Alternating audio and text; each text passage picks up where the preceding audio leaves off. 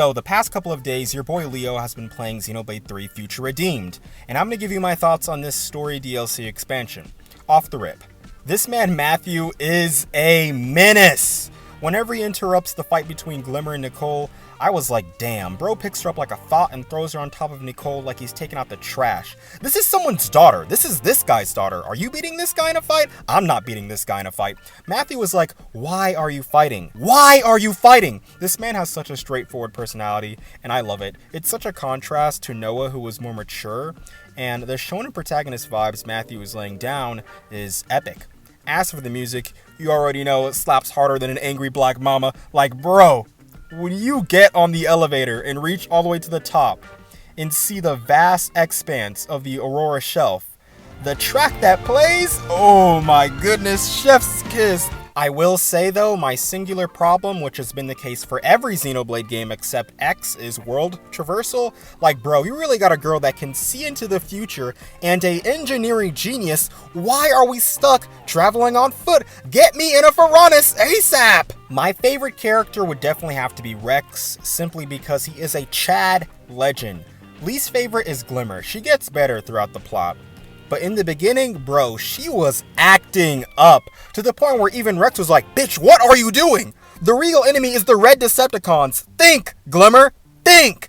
She really almost got herself killed and nearly offed everyone else trying to be loyal to the red consoles. Glimmer needs to take a page out of her sister Mio's book. Mio was out here punching the opposition. Glimmer is trying to suck them off. Like, what? I don't know how Monolith Soft has done it, but I actually like the combat more in this expansion than the base game. I like Unity combos more than interlinking. I think this is because Unity combos by nature are simpler. When you interlink in the base game, you have to manage the new arts that you have in the Ouroboros form.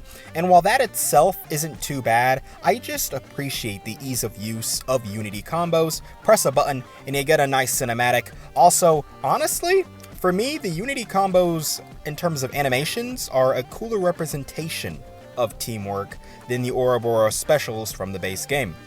Now, let's get to the nitty gritty. My thoughts on the story are... it's good. I mean, come on now. I'm a Xenoblade fan. Did you think I'd say anything else? But what makes it good? Short answer, the dads. Rex complaining that his child is not well behaved to Shulk is the greatest thing since sliced bread, and you cannot tell me otherwise. Long answer, A is a likable character, also his best girl, but she didn't have much competition to begin with. Whoever named her, though, did her wrong. A is the collected and intelligent one. She's not condescending, even though Matthew literally rushes headfirst into everything. The fact that she's so chill at all times is amazing. I'm here all week, folks. PayPal's in the description. One of the cleanest moments in the story has got to be the altercation at Ragwell Lake.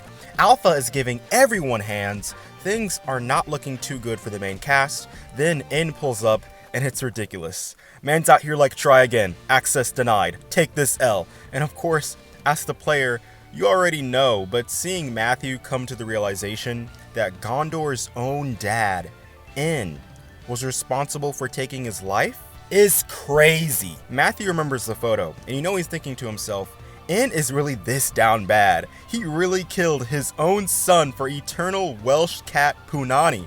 Another clean scene is the reconciliation between Rex and Glimmer. I mentioned Glimmer is my least favorite character, but do not be led to believe that I hate her. She becomes likable, and this scene was the point I started to really appreciate her character. She thanks Rex for saving her life, and the humility touches your heartstrings because you witness the evolution of the character Glimmer, stuck up and annoying to cute with a dash of tsundere. She realizes that her life has not only been saved in the literal event where Rex saves her from annihilation, but she's also been rescued from her life filled with orchestrated, meaningless fighting. She can now live for herself. Kinda off-track tangent, but touching moments like these are another reason why Unity combos are awesome. At any time, you can change the combination of your Unity combo party members. After the wholesome moment between Rex and Glimmer, I made them Unity combo partners, and the red hot Aegis Light combo single-handedly became my favorite because it does insane damage if you invest into Rex's affinity tree.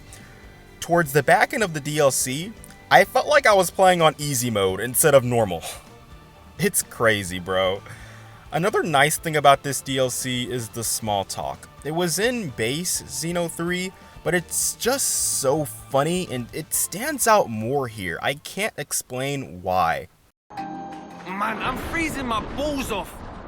Can't get a good foothold. This seriously sucks. You can get used to anything, kiddo. Come on, lift them knees. Matthew is just so raw, which I love because Uni was like that in the base game, and that's my favorite character right there. Another dialogue line I found absolutely hilarious is when you set Rex and A as Unity partners. Gently now, Rex. Either A is messing with Rex or he's finna hit, and I think this man has had enough Trinity processor punani for one lifetime.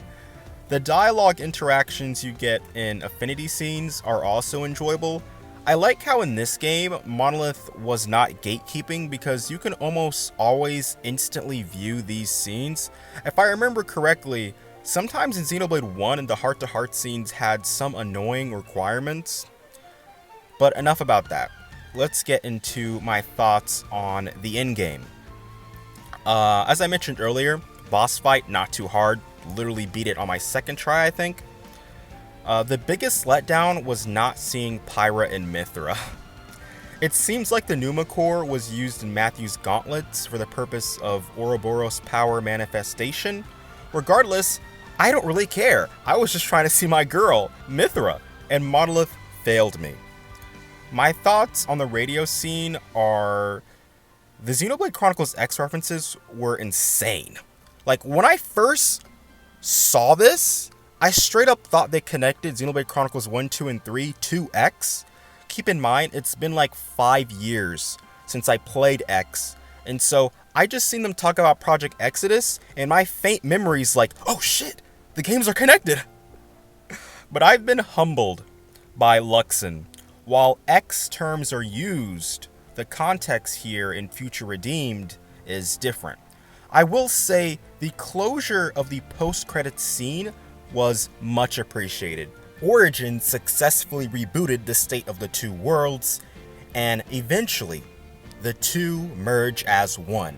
This is what we've wanted to see as Xenoblade fans!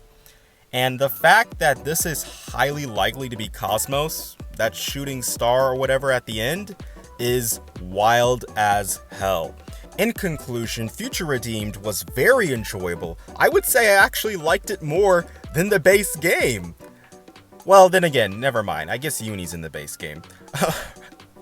Regardless, I think Takahashi said this was the end of the Klaus arc, which is kind of sad because I still have so many things I wanted to see. Like, where is Mithra's child? Like, bro, we got Nia's child, which is, what's her face? Mio, sorry, brain freeze. And then we have Glimmer, which is Pyra's child. Where is Mithra's kid? Like, come on, you cannot show that picture of the 3 babies and not show me what Mithra's kid looks like. Oh my god, I need to stop talking. If you enjoyed this video, subscribe. Goodbye. Yeah.